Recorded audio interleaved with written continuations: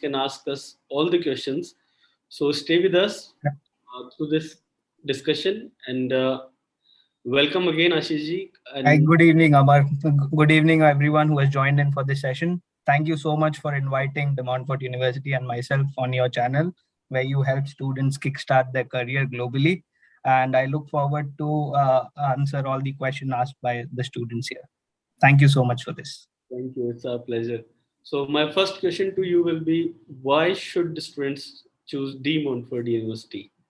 Okay, so the main question is why De Montfort University and not any other university? So when you look for any university to study in the UK, there are certain things that you should look for. Firstly, the most important one is the education.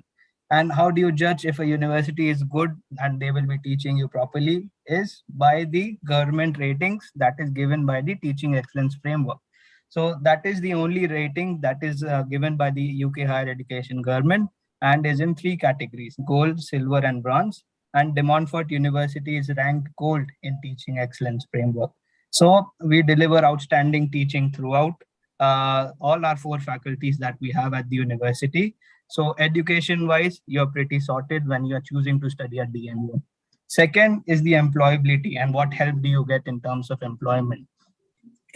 We have a very great track record of 97.3% of DMU's international graduate are into further studies or into employment within 6 months. So our placement team help you from everything. You get your own login ID and password on the portal. You just need to take appointments from the placement team. They'll help you with your CVs. They'll help you with your covering letters. They help you with the type of jobs that you should be applying for. They'll career counsel you and they'll prep you for the interview. So you get all the end-to-end support for the placements as well. So we have that thing. We are also in top 20 for graduate placements in the UK. So placement wise also you're pretty sorted. But we always work for you on your practical experiences as well. So we have this thing called DMU Global, where we take you to countries around the world. We have at least 3 to 4 trips happening every month. This will be a field trip related to your field of study. So a faculty will also be accompanying you for these trips. Best part is we pay you bursary for these trips. So we pay you around £400 a month, which helps you in booking your accommodation or the flights. And obviously you get your visas as well. Countries that we take you are USA, China, then anywhere in Europe, Germany, and etc. So we help you with these things, which will help you in your employment and your future. That is the reason you should study at DMU. So when you say we take you to other countries, does it include some cost or it's just by the university? So it is a 50-50 kind of an expenses. Like it will be a 5-day or a 6-day trip. They will be meeting universities or businesses there. £400 is given by the university as bursary. Remaining 500 pounds is incurred by the student. So it's a 50-50 affair, but student gets an experience and an exposure there. So that is the main reason for all these trips. This is applicable for all the students studying at the university. Brilliant. So can you also tell us about the entry criteria for DMU? Of course. So if you are looking to study any undergraduate program with us, you should have at least 65% in your aggregate best 4 subjects. We will consider English in your best 4 subjects, but we will not consider any other regional languages in that. If you want to study any computing or engineering program in a bachelor course, then you should also have at least 60% in your maths in class 12. For any postgraduate students, you should have at least 55% in an undergraduate degree, whether it's a 3-year program or a 4-year program on an aggregate. But if you have studied from Calcutta University, Delhi University, Pune University, Mumbai University, or Loyola College, then we can accept you from 50% as well. IELTS is also required for 80% of a program, UG and PG. It is at 6 overall, not less than 5.5. There are certain literature-based programs that we run that require a higher IELTS marks, that is 6.5 overall, not less than 6. We can waive off IELTS also if you have received 65% in your class 12 in English, then you do not need to give IELTS at all. but you should not be from Punjab, Haryana, and Uttar Pradesh to get the IELTS waiver. Brilliant. And which courses are like most known courses in terms of DMU University? Right. So the four faculties that we have is business and law, computing, engineering, media, art, design, and humanities, and health and life sciences. The most popular programs in each of these faculties are for business and law. For a bachelor's, it's a business management and business finance programs. For a master's program, it's an international business management MSc or a global MBA or an international banking and finance. So these are the main programs that we run, or the popular programs that we have for business and law. For computing, engineering, media, it is cybersecurity, it is mechanical engineering, and engineering management. For art and design and humanities, the niche programs that we run, and we are proud of it, are footwear design and contour fashion, but the other programs as well, like fashion design and fashion management and marketing. Health and life sciences, the famous programs are biomedical science, advanced biomedical science, pharmaceutical quality by design, pharmaceutical biotechnology, and MSc Global Health. Brilliant. So I'll take further questions, but a related question from student has came up. Mm-hmm. What is because since Boris Johnson has just visited the country and he was talking about IT professionals, how the UK is requiring that. So students are asking how strong is DMU in terms of IT courses? Oh, very strong. We have strong industrial connections as well in the Faculty of Computing and Engineering. We have connections to Deloitte, then Aston Martin, then BMW, Mercedes. So all our courses that we run in that particular faculty are a 1+1 option in a master's and a 3+1 option in a bachelor's. The +1 is obviously a placement year that we run. You need to achieve that placement year in order to get your visas extended for the 1 year. Also, we run a course called Business Informatics. That's a bachelor program, and we run it in collaboration with HP. So obviously, they also have an innovation center at the university. So that is the reason our computing, engineering, media faculty are one of the most famous faculties that we have at the university. Your voice is breaking, Ashish. Am I audible now? Yeah, no, brilliant. Yeah. Thank you.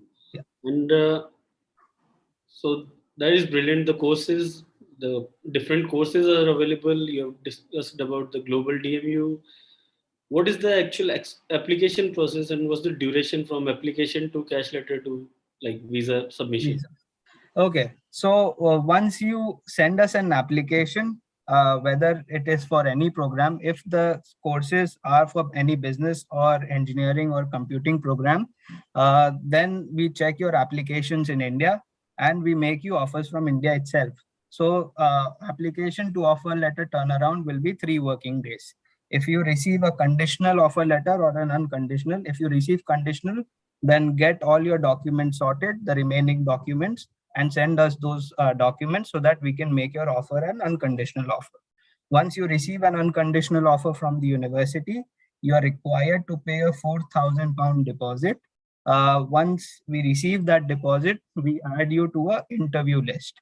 We need to check your credibility status. So that's a pre-cash interview that you need to appear for.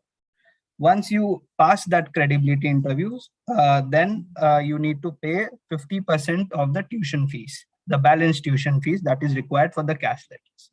So after you pay the deposit, then is the time you apply for the cash letter. If you apply till cash letter, right now, everything you can complete the process if your funds are matured and everything within 5 weeks. Right. So again, that's a very smooth process, and the offer letter timing is really fast in terms of when we look to the other universities. Correct. We have just received a question. Are there any IELTS waiver to Gujarat board? Yes, if you have 65% in English in class 12, then we can waive off IELTS for you, even for Gujarat board. So Patel Hood, you can definitely apply for your EMU offer letter without giving IELTS. So because he got 70% in English. Great. Yes. So we can waive off IELTS for him. Okay, so that brings me to my next question, which is like, how does DMU help international students in terms of induction week and all those support which a student requires when he comes to a different country or to study in DMU? Okay, so there's a very there's a lot of help that is given by the university in terms of welcoming you. First of all, it is welcome at the airport itself. So we have Heathrow pickups available free of charges. There are specified date and timings of those pickups, which you will get once you apply at the university. So we arrange free pickup for you, and we drop you to the university from London Heathrow Airport. That is the first thing that we do, and we welcome you at the airport itself as soon as you land to a foreign country. Secondly, we have buddies. So what happens is all the current existing students at the university are connected to you when you are traveling to the university, so that you know someone from beforehand when you are traveling to the university. So you can make connections there, and then that buddy has the responsibility to show you around the university, show you around Leicester as well, so that you feel that comfort when you're coming to Leicester. Thirdly, induction week. During the morning and the afternoon shifts, there are like a lot of seminars happening where you will get to know about the university and how will you be best in place to use all the facilities that are offered by the university. In the evening time, there are many social events that will be happening where you can socialize and network yourself and make friends during that time. So these are the major activities that we run at the university so that you feel welcome and you already can make a connection instantly. Brilliant. That's the most important thing when international student goes to the UK. Yeah, And students are asking me questions which we already have discussed about this QS. So Sakshi is asking, what's the QS ranking? And uh, so it's between 800 to 1000 world right. rank. Yes.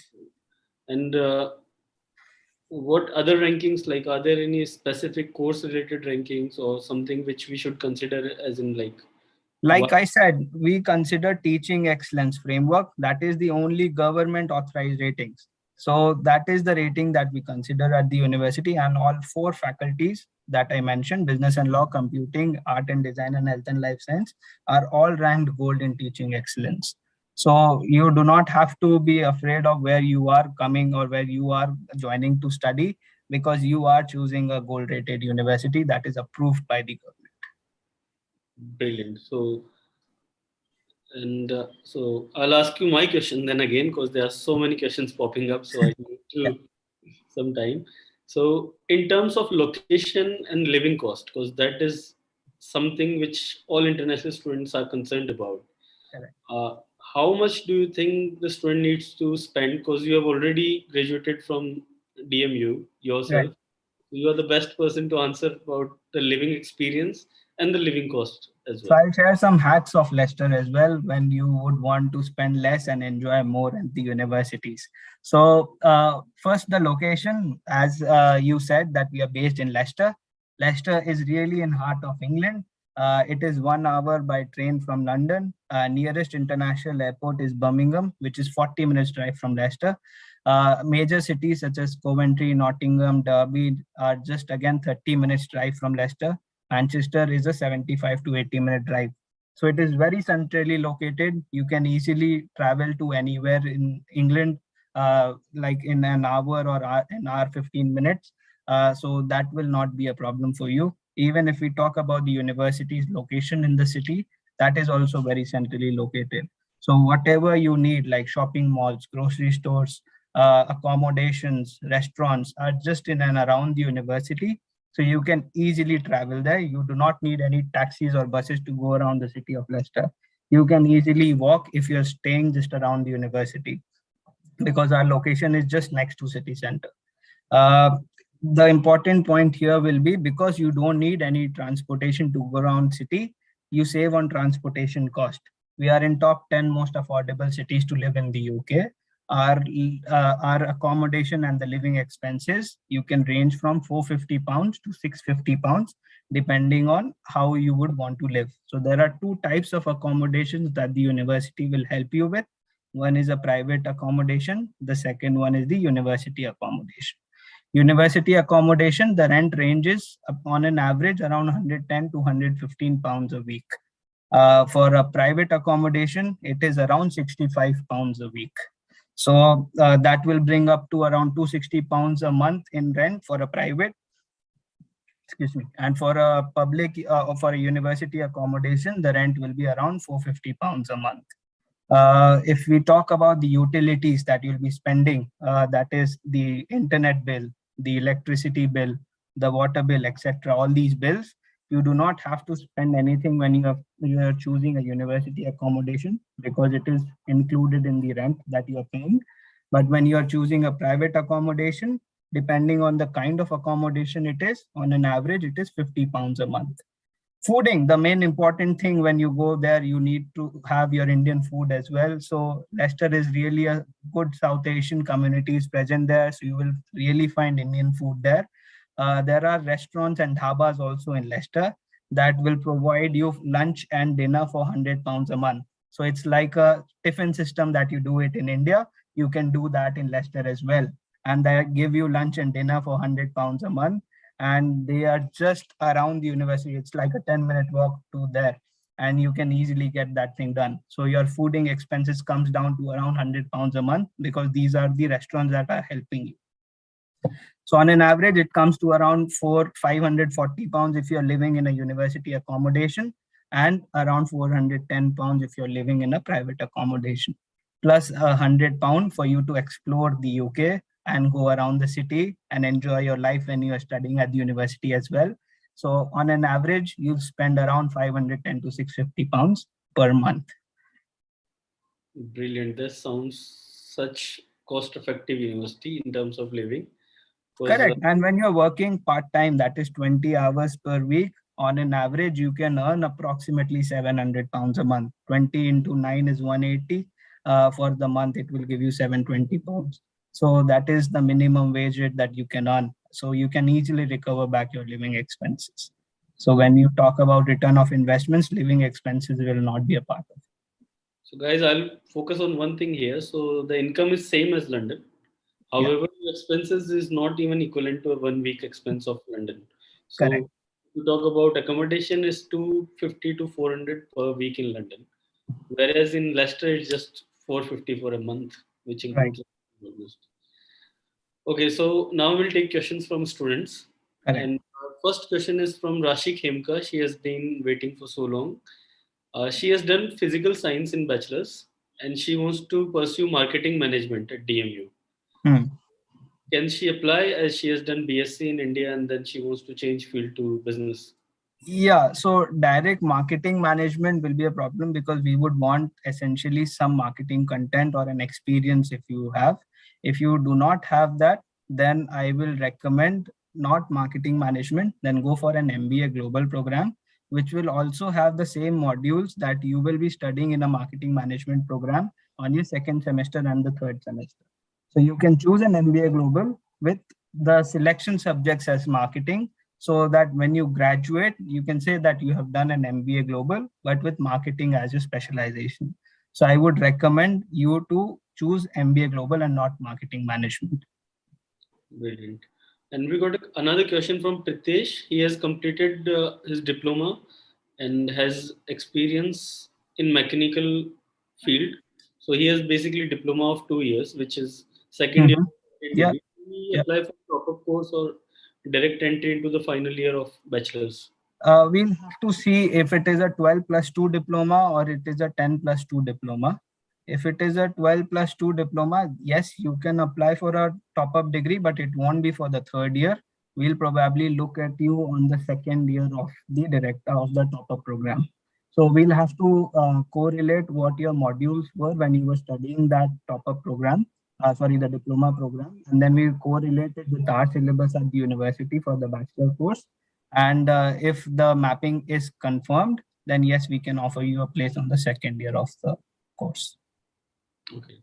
And we have discussed about entry criteria, but Rashi is again asking about, she got 5.45 CGPA. Will that be accepted? You are very close to 55%. So yes, we can give you consideration based on just 0.05 decimal. So we can give you a consideration and give you an offer within 3 working days if you apply today. Okay. And so there's another student asking, do you have MSc in finance and technology? MSc in finance and technology is not present. It is just MSc in finance or finance with banking is available, but not with technology.